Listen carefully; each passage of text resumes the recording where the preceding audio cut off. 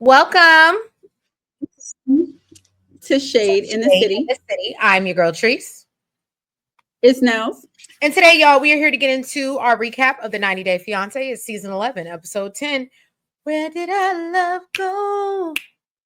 Ooh, and I don't know the words. I don't mean lie. That's all I know. But thank y'all for joining us for this very late recap. If you haven't already, please make sure you hit that like button and that subscribe button. And y'all, let's get into it. Let's get shady.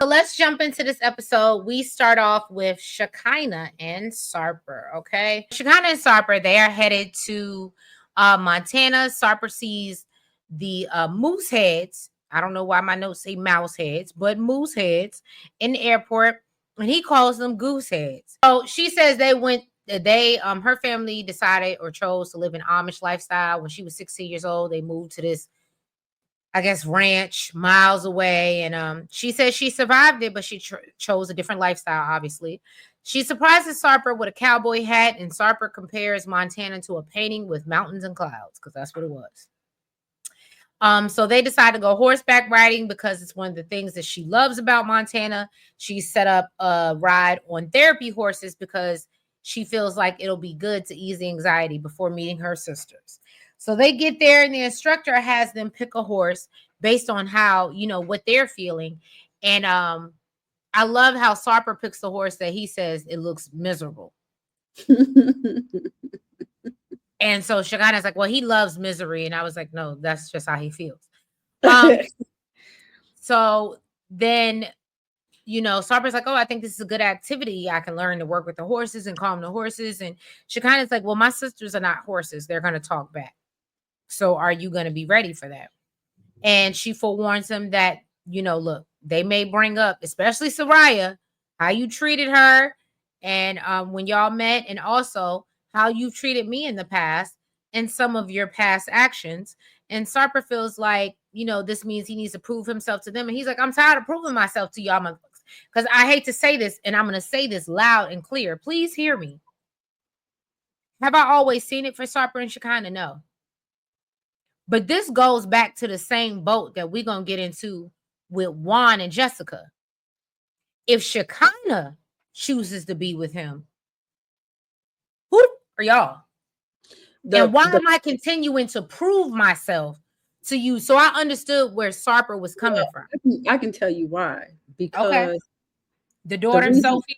Exactly, because of Sophie. And Sophie, he wants Sophie's approval, and he needs Sophie's approval, according to Shekinah. In order to get Sophie's approval, he has to make good with the family. Well, there's that. So, yeah. So then Shekinah tells Sarper that he'll be meeting her sisters. He feels like, he's on a redemption tour. I'm with you, Sarper. I feel like you're on a redemption tour, too. Oh, gosh.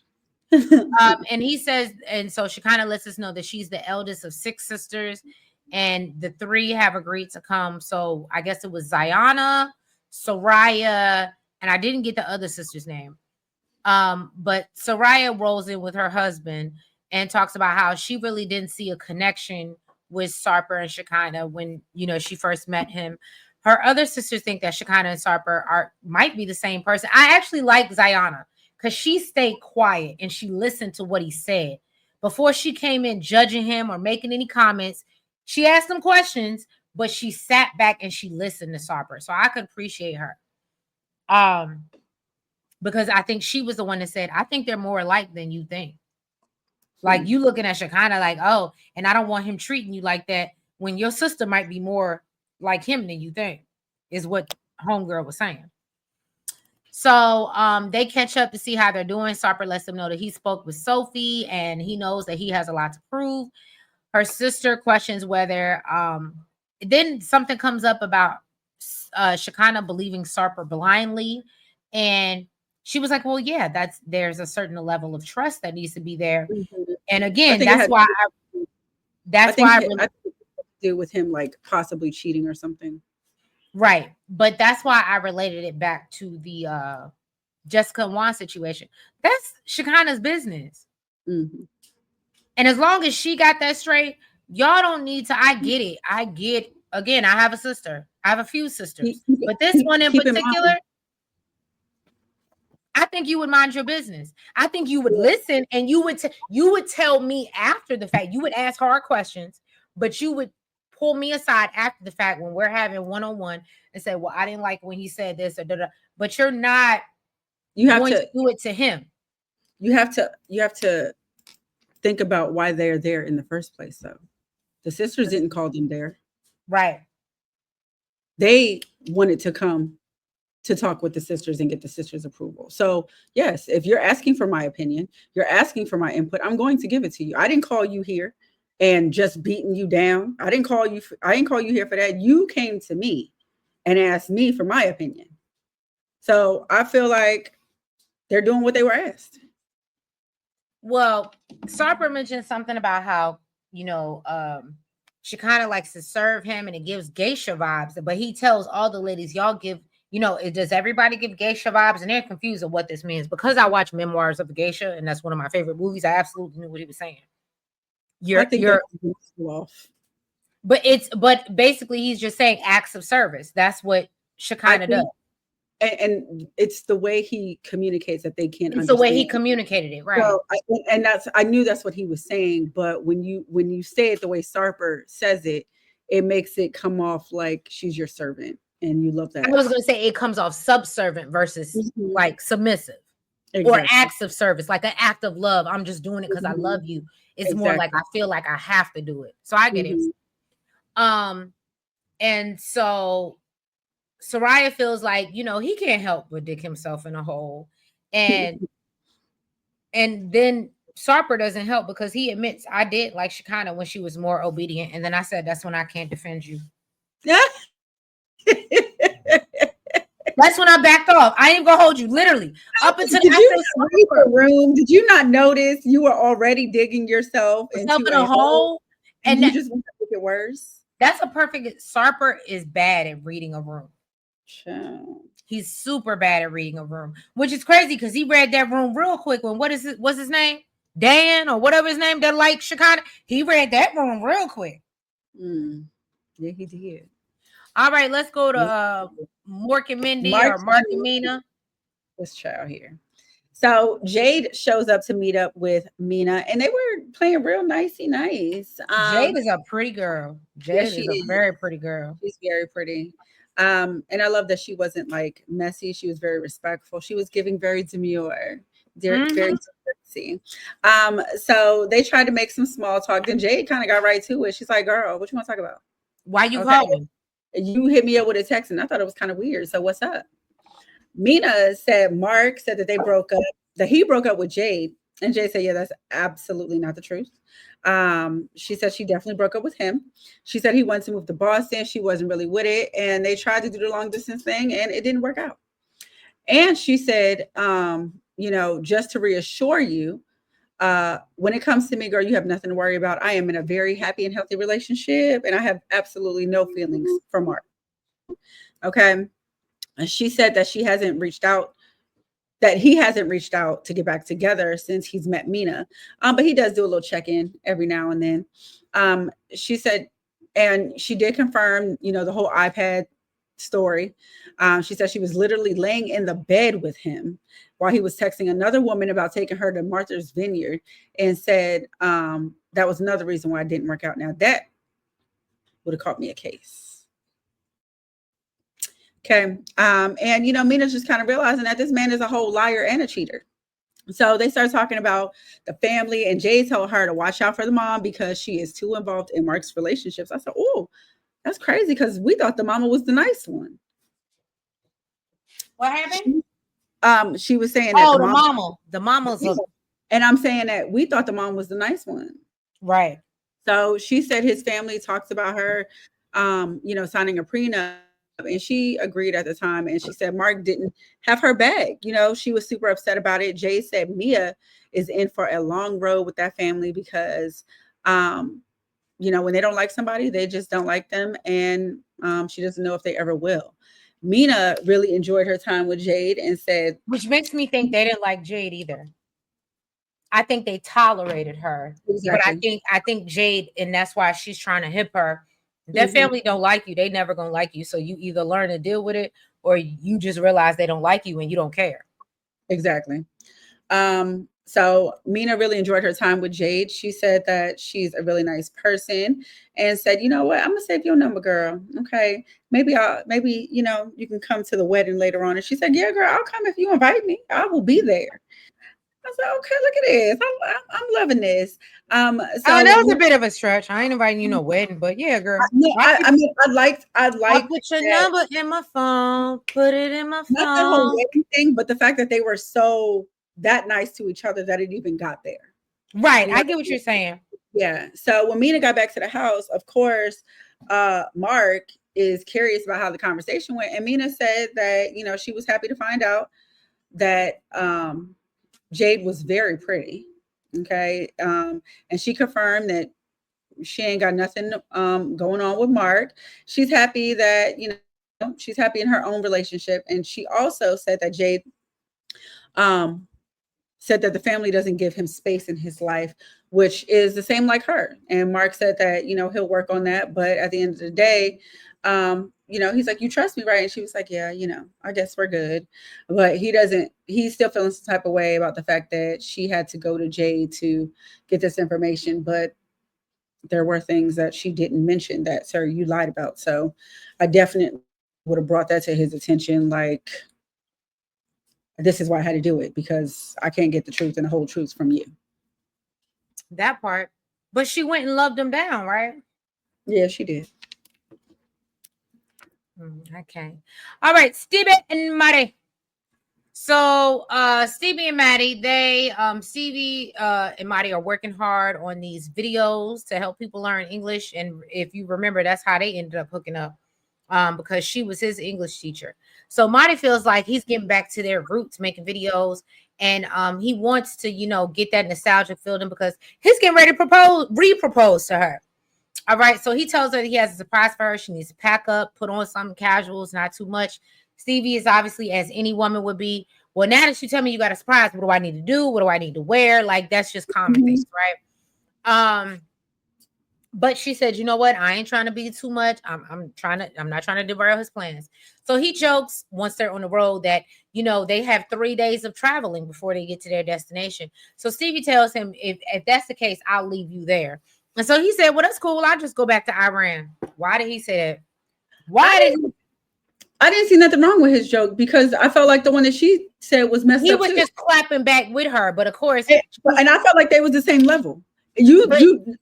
Why is my joke worse? Why is my joke worse? Because I'm saying I'll go back home. You just said you're gonna leave me out here. Why? I don't understand. Like, why are they not even?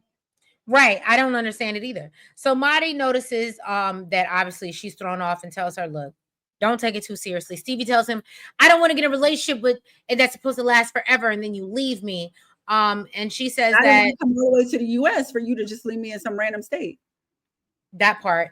And that's why I said I feel like it's a control, because she could absolutely Stevi wants to be the one that, like, I can leave you. I don't have to marry you. I can leave you assed out. And he's like, well, I can just go back home, but that's a problem for you. Exactly. You're saying messed up stuff and saying it's a joke. But when I say messed up stuff, that's a joke. It's not a joke. It's the end of the world. Right. So basically she said that if she feels like he's not marrying her for the right reason, then she's not going to marry him.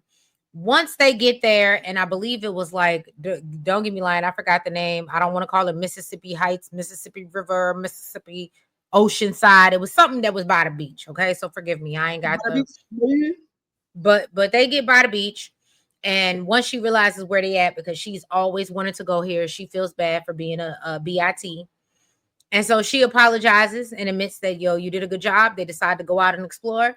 And then he walks her out to the beach, and, but before they get there, he seemed a little lost. his equilibrium is like he don't know where the east west. He ain't got no compass. You know what I'm saying? So they finally make it, and he tells her that he's 100% sure about his decision. He set up a little thing on the beach, which is really cute, asking her to marry him. And of course, Stevie is overjoyed, and then couldn't help but love the yoga students in the distance cheering them on. Now, my whole thing is, I wondered, I don't know if he pretended to get lost for real. I mean, like, I think he was pretending to get lost because I think somebody was setting it up for him. Because who else would have done it if you haven't been there yet and you don't know where you are? So I think that he was just killing time. I don't think he was really lost, but I don't know. But that was Stevi Mahdi. Any thoughts on them, Nels? She's annoying me. Yeah, she annoys me too. Well, let's get into because I don't like how they did my good girl Joan this episode. I think they tried to make her look bad because they're so unproblematic. And I think they tried to make her look like she was an issue when she's not. Are we referring to her comment? Mm-hmm. Her comment. Do I think her comment was wrong? Yes. But what I'm saying is, based off who we've seen these last couple weeks, I don't believe that that's Joan that said that. I believe that that's production saying, oh, well, why? I don't think, because that was so disrespectful. And that's not even her culture. That's not even her mannerism. It was weird for her to say what she said. I felt that way until he confronted her about it. And I don't remember what she said. She said she wanted to test the waters or whatever, something like that. Okay, well, I'm sorry. I interrupted you. I just want to say I don't like how they did her. Get into your part. All right, so Gregory and Joan. So Gregory is getting ready for his New York State interview while Joan went to, go in the living room, hang out with his mom. Then his mom tells Joan that she has a project for them to work on.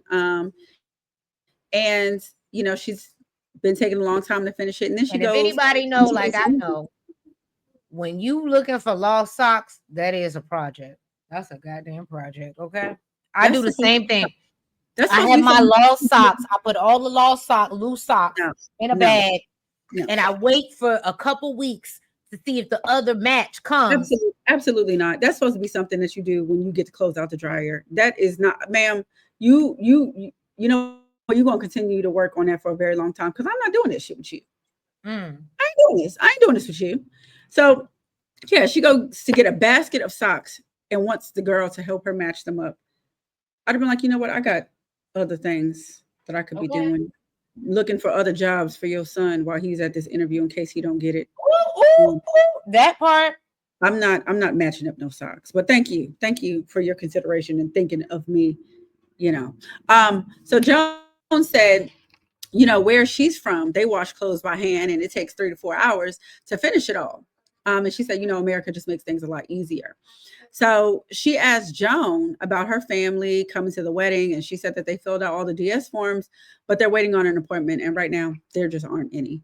Then she asked her if there's anything that she's not liking here, and she said that she likes everything, but she needs privacy, and told her that she's always home and thinks that she should go out more. And you can tell Miss Lucille did not like that. She told her that, that offends her, and she wants to talk. Well, I'm sorry, in the confessional, I think she said she wants to talk to Gregory about it. And she said that, she's forever grateful for Miss Lucille's hospitality, but she makes it easy for Greg to stay in the house. And when she made comments like this, I did think it was the real Joan. And I did think that she could possibly be trying to cause a rift, because she feels that his mom makes it easy for him and makes it comfortable for him to just want to be there. And if the mom feels uncomfortable with them being there, then she'll put them out, and he'll have no choice but to go with her timeline. And so this was the only thing. Even if I wanted to believe, right, that production put her up to this, I think that Joan is a smart enough and of sound mind to know, and based on, and I am going to take it a lot back to the culture, because I know Africans are very respectful, especially when it comes to the mother. They're also very upfront. They don't really bite their tongue. Well, like she said, they're very direct. That's just like Caribbeans are the same. Exactly. Right. So you may not have thought that was disrespectful. Right. What I will say is, when I thought I didn't, when she was asking her true thoughts, because remember, his mom asked, so I'm gonna give Joan that. His mom asked, she opened the door. Joan just walked through. Now, the problem for me was, how dare you? Because she even says in the confessional why I think she's basically babied or enabled her son. But that's now your man, your soon-to-be husband. So what you don't do is take that out on her. Because at the end of the day, you live in her house, and so for her to say, you're here too often when I pay these bills, and you know my son don't pay. If anything, we should be united in helping this get off his ass. I think that was the one time I didn't agree with her. I said, instead of making her the problem, you need to join, because she want her son out her house too. Please believe me. I don't think she does. She does. I believe it. Especially with her. Maybe him by himself, but with her. That's why I think Joan said it, because I just came here from another country. This man is not leaving me. So if you want me out, or you feel like I'm disrespectful, I'm going to put him in a position where he has to choose, or maybe not even choose, where his mom says, you know what? I can't take the disrespect. She has to go. And then guess what? He's forced to get their own place, and not in the 2-year time frame that he originally wanted. Right. I think that she did that on purpose, because like we said, Joan is smart. Okay. I think that she could have said what she wanted to say without saying all of that. I think her saying we need more privacy would have been enough. You know, I am enjoying my time here, and I really do appreciate what you're doing for us. I do just wish we had more privacy. But to take it a step further and say that you're here too much, and I think you need to be out of the home more. I absolutely believe she knew what she was doing. Absolutely. Oh, okay. Yeah, absolutely believe. And then when she was confronted, that confirmed it for me. So when he got back from his interview, you know, his mom wanted to know how it went, and he didn't seem very confident. Honestly, it was given he really didn't get the job. He said all his answers, they were looking at him kind of blank faced. They weren't really enthused about his responses. So then she mentions to him the conversation she had with Joan and how they worked on, you know, the project. And she says that she was offended. And he apologized for her and said that he would talk to Joan. So Joan wanted to know how the interview went, and you know, asked him out of 100. He said like a 80. It wasn't given an 80 when you was in the house. And you know, she was not happy with that answer at all. So he talked to Joan about the statement that she made and said that his mom was offended. And Joan said, you know, she just wanted to see his mom's reaction and testing her patience. That right there confirmed it for me, because now I don't feel like it's like a culture clash. I don't feel like it's a language barrier. You literally just said that you were testing her patience and you wanted to see her reaction. So now I wouldn't be surprised if we have more moments like this, that you want to make his mom uncomfortable and make it so that she wants. So y'all got to get out this house. Okay, I see what you're saying. Exactly. I see what you're saying. She's gonna force it. But the problem is, I don't agree with forcing a rift behind the person that was so supportive of you coming. Do you get what I'm saying? You lived there. I get what she's trying to do. She's trying to put a little fire up under his behind. And I understand what you're saying, but I think in Joan's mind is, yes, I really do appreciate what you're doing, but you also are coddling him and you're not forcing him to get out. As long as, I think what she thinks is, even if that 2-year mark comes, right? He's gonna still say, I get what you're saying. She's scared. His mama ain't gonna force him to get out. She's still going to be complicit with him being there, because they were there. He was there before she even moved there. So that 2-year time frame, I think, is BS. I think Joan thinks it's BS, and she's like, you know what? Let's light some fire under both of their asses. Okay, either I'm gonna get my way, or I'm gonna go back home. And she keep on saying it. So he asked her, "Are you testing my patience?" And she said, "You know what? I can do that as well." I said, okay, and try me, and then you wanna buy me. You know, I don't like that. Do we know who that is now? That's Dej Loaf. The loaf of bread. I know. not the loaf of bread. So she said, I don't talk to your mom a lot. And I need to know her and I need to know what upsets her. That doesn't confirm it for Okay. you. I was trying to give our good girl a pass, That but doesn't confirm it for you. So she may be now, wrong as hell. She not even maybe she wrong as hell. Okay, I was trying to give her a little loophole, but I ain't got it. I ain't got it for y'all. what got me was then Joan feels like he should be taken up for her, but instead he took his mom's side, and I don't understand how she got this so wrong. Joan, you are dead ass wrong in this moment. I don't understand. I guess maybe she thinks because she's the fiance, he's automatically supposed to take your side. Who, but you dead ass wrong.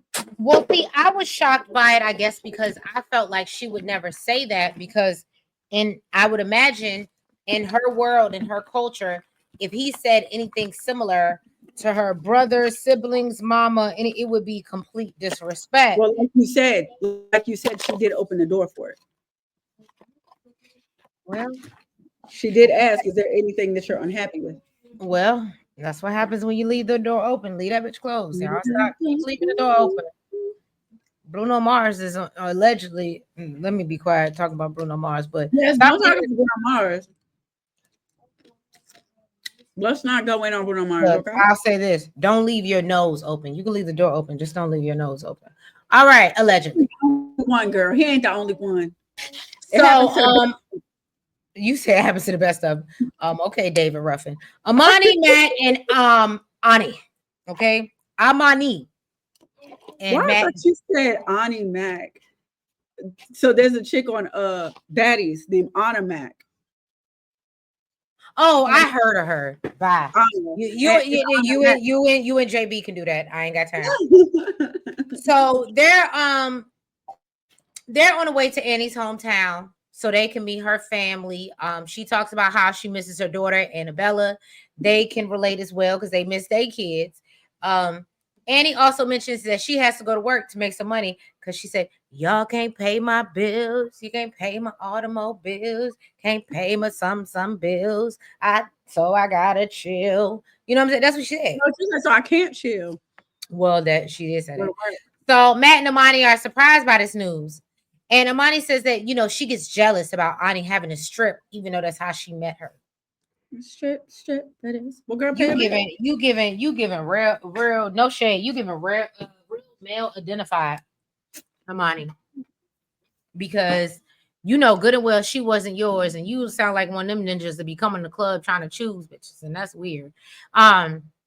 So Ani calls her on FaceTime, and they bring up how they got so many toys for her, and she's like, oh well, she always gets a lot of toys because my ex-boyfriends shower her with gifts. And so Amani feels a way that they're just another one on the list.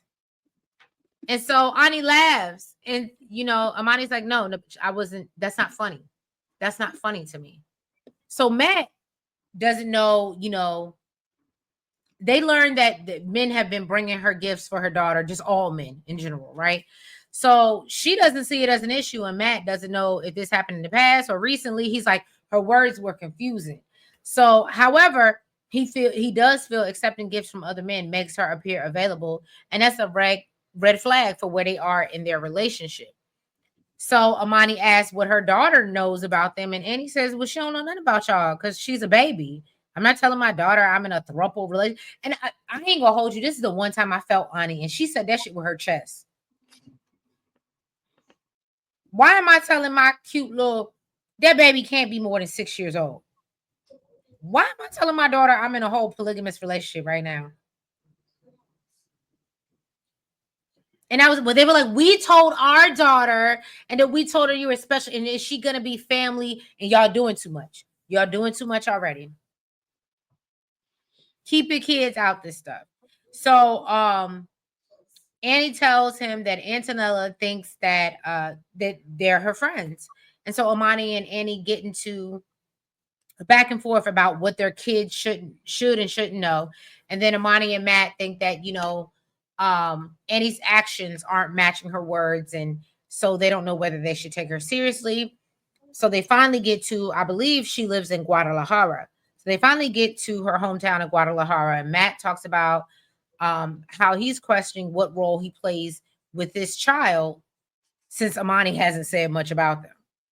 Antonella, the daughter, seems to be very comfortable with them, which I mean, as many shows that we watch where people introducing people to their kids, I'm gonna say she did seem comfortable because we know that she's met them before. And they love talk about seeing Ani in her element as a mother and wanting to allow her to, you know, parent their children as well. I was like, it sounds like you want an all pair that you can and take care of your kids. That's what it's giving me. You want Annie to be your all pair, but you also want to be able to hunch her at the same time. Annie said, I ain't with it. I ain't Right. with it. And so finally they said, look, well, we're gonna give you some free time. We know you got to work tonight, even though we don't like it, and give you some time with your daughter. So they leave. So Matt and Amani get back to the Airbnb, and he's like, you know, Ani is still very mysterious. And he's like, you know, I feel like there's a part of her we don't know. And Amani is sitting there feeling guilty about what Ani told her about loving her more than she loves Matt, and basically being more in the relationship because of her. So she finally admits this to Matt, that she doesn't feel, you know, Ani doesn't feel the same way about him, which could have fooled out of me. And Matt doesn't think this makes sense, and because he's confused too, because she was just hunching on me behind your back. So what's she talking about? And he don't know where's this place. It was given. She just said it to calm your happy ass down. What it's given is you, me, and she. What we gonna do, baby? Okay. And so he's like telling Amani, I don't know if we should proceed with this relationship. And he said, look, I need time to sleep on it. And he says, but I need some time tomorrow by myself. I just really Matt, in my opinion, is ready to walk away because he realized his wife just wants to be in a lesbian relationship. And that's just what it is. Yeah. All right, Jessica and Juan. Yes. So Juan is on daddy daycare duty. He's taking care of the baby. And I don't remember what son it is, but one of Jessica's 6 sons doing chores around the house. It's not 6. She only got 2. Don't do that. I said sick. Oh, I thought you said 6 sons. I was like, don't do that. No. Sick. She ain't Charlie out here. She just Jessica. She ain't Charlie. No. 6 sons. And the poor baby, he don't even know how to make mac and cheese. Okay. He said in Colombia, we ain't got this. Okay. We got macaroni noodles and we got cheese. We don't got it in a box. Okay. This is American shit. And I ain't even gonna hold you. I thought it was funny that I thought it was interesting to learn, because I'm gonna be honest, I didn't even think they made macaroni and cheese for real. What in Colombia? Yeah. I mean, I don't know about Colombia, but I know like in other countries they do. What I'm saying is I mean, granted, I ain't that well traveled, y'all. Still, I just got my passport recently, but I wouldn't expect to go to Costa Rica next month and see mac and I'm gonna try it if it's on the menu, but I wouldn't expect to go to Costa Rica and see mac and cheese on the menu. I would be so shocked. I don't think it's like a main thing that like I think they make it, but it's not like something that goes with every dish. Okay. So then her son called his mama to complain about how nasty this damn mac and cheese is and asked her to bring a pizza home. But then when she gets there, she finds out that he's making dinner, asparagus and fish, and apparently she don't eat fish. So I want to know who the hell went grocery shopping? Right. Because we know he ain't going on his own. If you don't eat fish, why the hell you buy it? I'm confused. So then they sat down to have a conversation. Juan is explaining how he never really knows what David wants. When he's fussy and crying and he feels overwhelmed. And, this is not really making him feel very good. And she understands. She said, because she's been doing it. And he said that he feels, but he was like, but you have a job, you feel useful. Well, I feel useless. And she just feels a little aggravated that he's even complaining about it, because she says she's been doing it all by herself with 3 kids, balancing work, and said that he can't even work anyway. So he needs to get over it. Girl, you was doing it by yourself with 3. What that got to do with him? This is his first time. This is his first rodeo. Mm. And especially if he's used to working, like, girl, have a little compassion. Okay. Right. Listen, I get that he can't work, but really, I mean, I kind of feel him. No, Like, and I'm gonna tell you this. I ain't gonna hold you. Again, you know, I always like to personalize everything for the people. But I remember during COVID, or not even, I ain't even gonna say COVID. Before that, I remember the time I was at home with my child and my boo had to go into the office. This is actually pre-vid. And